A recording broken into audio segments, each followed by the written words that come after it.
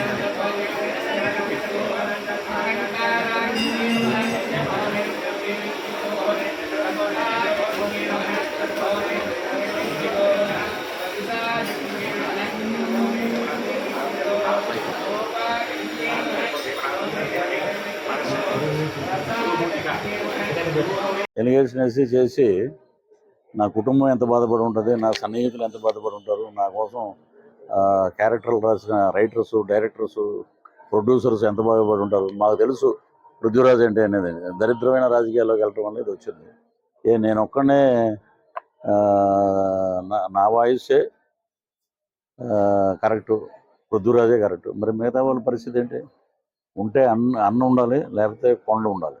ఆ రెండూ లేవు. కష్టపడి పని చేసాం. తర్వాత వచ్చి ఇలాంటి దుర్మార్గుల దగ్గర మనం ఉన్నాం. కరోనాలో 50-50 ఛాన్సెస్ ఉన్నాయని చెప్పారు నాకు అప్పుడు. ఆ టైంలో మెగా ఫ్యామిలీ, మెగా కుటుంబం నుంచి నాగబాబు గారు నాకు ఫోన్ చేసి ఇమీడియట్గా నాకు బెడ్ ఇప్పించి దగ్గర బోల్డన్ని లక్షలు ఖర్చు పెట్టి పునర్జన్మనిచ్చారు వెంకటేశ్వర స్వామికి, అలాగే లక్ష్మీ నరసింహస్వామికి, మెగా ఫ్యామిలీకి. ఇప్పుడు వచ్చిన శ్రీపాద వల్లభ ఆ స్వామి ఆశీస్సులు ఉండబట్టే మళ్ళీ బతికాం. అది ఈ బతుక్కి ఒక సార్థకం ఉంది. కాబట్టి ఎవరో కోసం మనం మైకి పట్టుకోవాల్సిన అవసరం లేదు. మన కుటుంబం కోసం మైకి పట్టుకుందాం, మనకి జన్మనిచ్చిన వాళ్ళ కోసం మైకి పట్టుకుందాం. అందుకే జనసైనికుడిగా నేను దీంట్లోకి వచ్చాను. ఇప్పుడు ఆ దరిద్రం గురించి ప్రెస్ మీట్లో మాట్లాడతాను. వాడు ఒక మనిషి అన్న చెప్పండి, వదిలేయండి. ప్రచారం ఆల్రెడీ మేము 10 రోజులు అయిపోయిందంటే ఇప్పుడు నిన్న 17 ర్యాలీ జరిగింది. నిన్న సాయంత్రం 6 గంటలకు వచ్చాము. ఆ ర్యాలీలో మన వర్మ గారు, అలాగే గొల్లపూళ్ళు ర్యాలీ, వర్మ గారు, నాగబాబు గారు, వారితో పాటు నేను మొత్తం ప్రచారం చేసి వచ్చాము. అద్భుతమైన స్పందన. ప్రజలు ఒకటే అనుకుంటున్నారు, ఎందుకంటే వీళ్ళు ఎన్ని రకాలుగా మాట్లాడడం. నాకు ఒకటే చెప్తానండి, ఇప్పుడు ఇక్కడ పనిచేసే ఎవరైనా సరే, మీరు కానీ నేను కానీ, నాకు నెల అయితే నేను చేసిన శాలరీ నాకు టెన్షన్గా వస్తుందనే ఒక నమ్మకం మీరు. నేను మంచి పనులు చేస్తే నాకు మళ్ళీ ఓటేస్తారని. అలాగా మరి రాజశేఖర రెడ్డి గారు వితౌట్ మేనిఫెస్టో అప్పుడు తిరిగి మళ్ళీ రెండోసారి అయ్యాడు ఆయన. వీళ్ళు ఏంటంటే 175 వచ్చేస్తున్నాడు, నువ్వు అంత స్తబ్దతగా ఉండాలి. నువ్వేమో ప్రతి ఒక్కడి మీద ఎదురుపడి ఈ పవన్ కళ్యాణ్ గారు అసెంబ్లీ రాకూడదు, ఏం వస్తే మీకు ఏం చేసి మీ బాగోతాలు బయటపడతాయి. మీరేంటంటే జగన్మోహన్ రెడ్డి లాంటి వాళ్ళు స్ట్రీట్కి ఒకడు ఉంటాడు, పవన్ కళ్యాణ్ లాంటి వాడు స్టేట్కి ఒకడు ఉంటాడు. అది. Thank you. పవన్ కళ్యాణ్ గారిని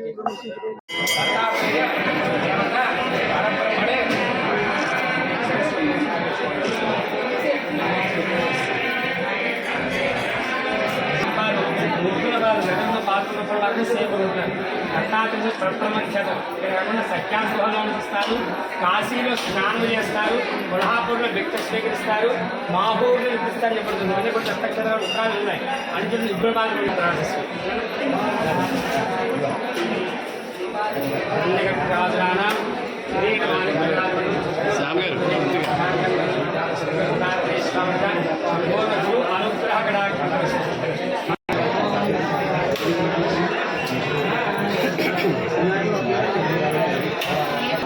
ఎలా చూడండి, చదువు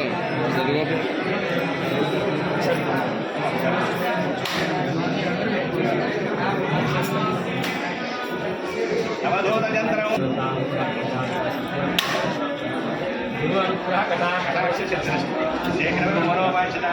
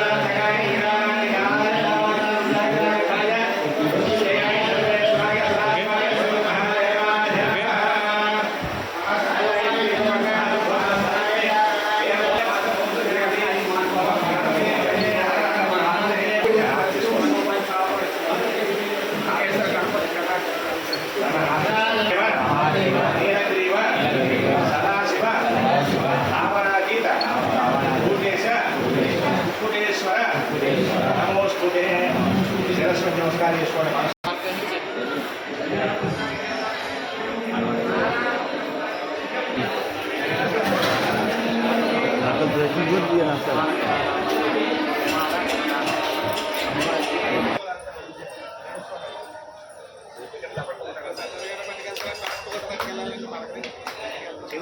నమస్కారం చేసుకోండి.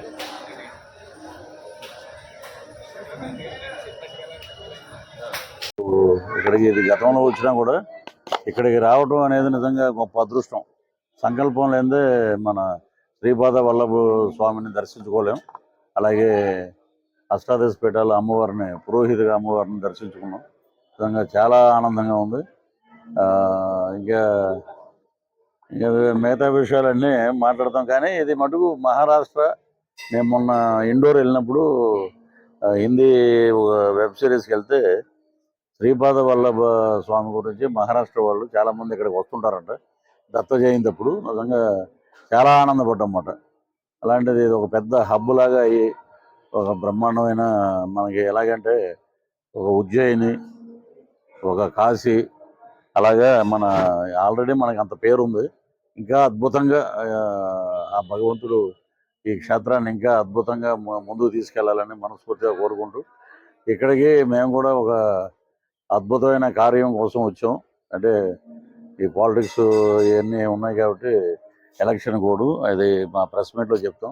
ఆ కార్యం నెరవేరాలని, ఆంధ్ర రాష్ట్రం సుభిక్షంగా ఉండాలని మేము శ్రీపాద వల్లభుడు ఆశీస్సులు తీసుకుని మొదలు పెడుతున్నాం.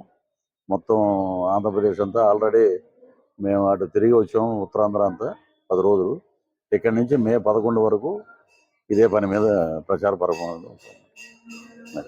గతంలో కాకినాడ, నెల్లూరు జరిగిన సభల్లో కూడా తమరు 100 రూపాయలు స్టాంప్ పేపర్లో కూడా నేను రాజస్థాన్ పార్టీ మారని చెప్పేసి వైసీపీలో ఉండగా తమరు ఉచ్చరించారు. ఇదేనండి, నేను చచ్చిపోతాను నాకు కండవ కప్పని ఉంది అంత రోజు. దానికి ఏం చెప్తారు సమాధానం? నేను చచ్చిపోయాక నాకు కండవ కప్పంటే తెలుగుదేశం ఉంది. మరి ఏంటది?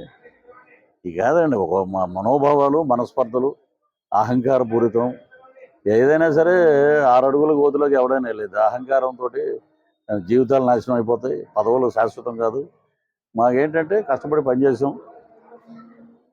ఫస్ట్ గర్వంగా 175 మంది ఎమ్మెల్యేల్లో సిన్సియర్గా జనాల్లోకి వెళ్ళి తిరిగింది ఒక పృథ్వీరాజు. పార్టీ వచ్చినప్పుడు కదా, అపోజిషన్లో ఉన్నప్పుడు కూడా. కానీ వాళ్ళు ఏంటంటే వీడు వద్దు అంటే, మీరు గతంలో ఆలోచించాలి. ఎవరికి లేని ఇది నాకెందుకు పెట్టారు? అది వాళ్ళ విజ్ఞతగా వదిలేసాం. శ్రీపాద వల్లభుడు ఈ క్షేత్రంలో ఆ దరిద్రుల గురించి అసలు మనం మాట్లాడకూడదు. పుణ్యక్షేత్రం ఇది. ఆ భగవంతుడే చూసుకుంటాడు మొత్తం. శ్రీ వెంకటేశ్వర స్వామి దేవస్థానం నాశనం చేశారు. ఇంకా త్వరలోనే ఆ పనిష్మెంట్ మే 13వ తారీఖున భగవంతుడు ఇస్తాడు. కొంతమంది ప్రత్యర్థులు కరోనా సెకండ్ వేవ్ లో తమరికి హాస్పిటల్లో సీఎం ఆఫీస్ నుంచి మంచం కూడా దరిద్రం అనిపించుకున్నాక ఆ దరిద్రంలో మనకి టైం బాగాలేనప్పుడు ప్రతి ఒక్కరు జీవితంలో, మీ జీవితంలో కూడా జరిగి ఉంటుంది. టైం బాగాలేనప్పుడు ఒక యాక్సిడెంట్ అవ్వచ్చు, ఒక ఇది జరగవచ్చు, ఒక కుటుంబంలో ఏదైనా జరగవచ్చు. టైం బాగాలేదు, వెళ్ళాం. ఇది ఇంత దుర్మార్గుడి దగ్గర మనం ఉండకూడదు అని బయటకు వచ్చాం. కరోనా అప్పుడు నేను అక్కడ పదవిలోనే ఉన్నా. నాకు అసలు బెడ్ లేదు. ఇప్పుడు నువ్వు నా మీద ఎలిగేషన్ వేసావు. ఎలిగేషన్ చేసి నా కుటుంబం ఎంత బాధపడి ఉంటుంది, నా సన్నిహితులు ఎంత బాధపడి ఉంటారు, నా కోసం క్యారెక్టర్లు రాసిన రైటర్స్, డైరెక్టర్స్, ప్రొడ్యూసర్స్ ఎంత బాధపడి ఉంటారు. మాకు తెలుసు